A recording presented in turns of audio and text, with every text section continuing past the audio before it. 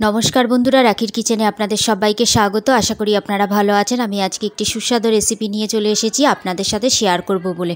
যদি রেসিপিটা ভালো লাগে লাইক করবেন, কমেন্ট করবেন আর সাবস্ক্রাইব করার অনুরোধ রইল। পাশে থাকা বেল আইকনটাকে টিপে দেবেন। যখনই আমি নিত্য নতুন ভিডিও ছাড়ব নোটিফিকেশন সবার আগে আপনাদের কাছে পৌঁছিয়ে যাবে। আর পুরো ভিডিওটা দেখার জন্য অনুরোধ রইল। আর আমার চ্যানেলটাকে সবার সাথে শেয়ার করার অনুরোধ রইল। লাইক করলে শুধু হবে না, কমেন্ট বক্সে কমেন্ট করবেন আর সাবস্ক্রাইব করুন যাতে আমি একটু আগিয়ে যেতে পারি। চলুন তাহলে দেখা যাক। আমি পুরো ডাইরেক্টই দেখাচ্ছি, কাটাকুটির ঝামেলা ছাড়া। গ্যাসের উপরে কড়াই বসিয়ে দিয়েছি। কড়াইয়ের মধ্যে 100 গ্রাম সর্ষের তেল দিয়ে দিয়েছি। সর্ষের তেল দেওয়ার পর আমি হাফ চামচ গোটা জিরে, 2টো তেজপাতা ছিঁড়ে দিয়ে দিয়েছি।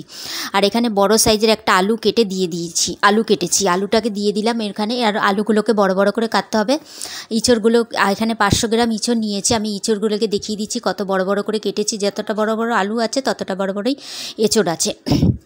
এঁচড়টাকে দিয়ে দিলাম। এবার ভালো করে দিয়ে তারপরে বেশ 1 মিনিটের মতন এটাকে ভেজে নিতে হবে। ভালো করে আলু আর এঁচড়টাকে একটু লালচে লালচে করে ভেজে নিয়ে রেডি করে নেব। প্রথমে আলু আর এঁচড় দেখছি লালচে লালচে করে ভাজা হয়ে গেছে। তারপরে বড় সাইজের একটা পেঁয়াজ গ্রেট করে রেখে দিয়েছিলাম। আমি এখানে কুচিয়ে দিইনি, গ্রেট করে দিলে খুব খেতেও স্বাদ হয় আর কষাটা খুব কাইকাইও খুব সুন্দর হয়। গ্রেট করে রেখেছিলাম পেঁয়াজটাকে। ওই পেঁয়াজটাকে দিয়ে ভালো করে পেঁয়াজটা লালচে লালচে ভাজার জন্য ভেজে নেব এরকমভাবে। এই যে লালচে লালচে করে দেখুন ভেজে নিয়েছি, দেখিয়ে দিচ্ছি তুলে তুলে। ভাজা হয়ে গেছে পরে ওইটা, তারপরে যে আমি এই মশলাটা যে রেডি করেছি, এই মশলাটাতে কী কী দিয়েছি সেটা আপনাদেরকে আমি বলে দিচ্ছি। ততক্ষণে আমি এটা মশলাটা ঢেলেও দিচ্ছি এর মধ্যে।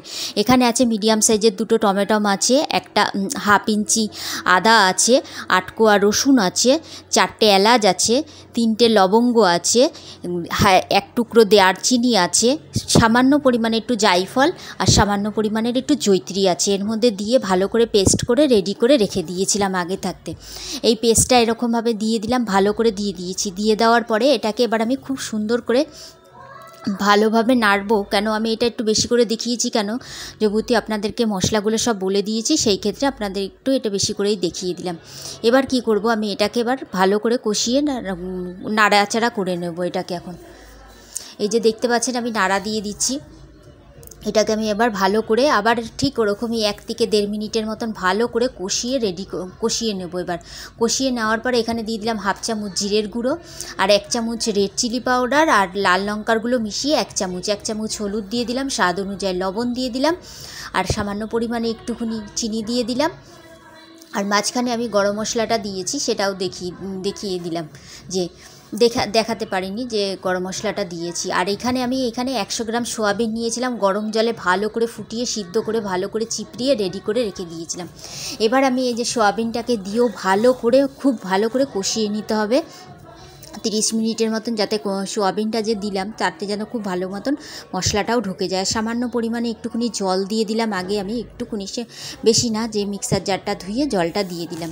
দিয়ে দেওয়ার পরে এটাকে ভালো করে আবার কষিয়ে নিতে হবে। এখন কষিয়ে নিয়ে জলটা যতক্ষণ শুকিয়ে যাবে ততক্ষণ এরকমভাবে কষিয়ে নিলাম। কষিয়ে নেওয়ার পরে তারপরে দেখলাম এটা হয়ে গেছে। এই যে মিক্সার জারটা দেখছেন, এই মিক্সার জারের হাফ জার জল দিয়েছি। যেহেতু আলু ঠালু এঁচড় টেচড়গুলো একটু সিদ্ধ হয়ে এসছে। দিয়ে দেওয়ার পরে ভালো করে নাড়িয়ে দেওয়ার পরে আমি এখানে 25 গ্রামের মতন বাটার দিয়ে দিলাম। বাটারটা দিয়ে ঢাকা দিয়ে রেখে দিলাম। ঢাকা দিয়ে আস্তে করে দেখলাম। এবার এটাকে আমি নাড়িয়ে চাড়িয়ে দেখছি হয়েছে কিনা। এটা আলু ঠালু সব আলু সিদ্ধ হয়ে গেছে, এঁচড়ও সিদ্ধ হয়ে গেছে। এটা আমার হয়ে গেছে। এটাকে গ্যাসটাকে বন্ধ করে দিলাম। এবার একটা প্লেটের মধ্যে আমি সার্ভ করে দেবো।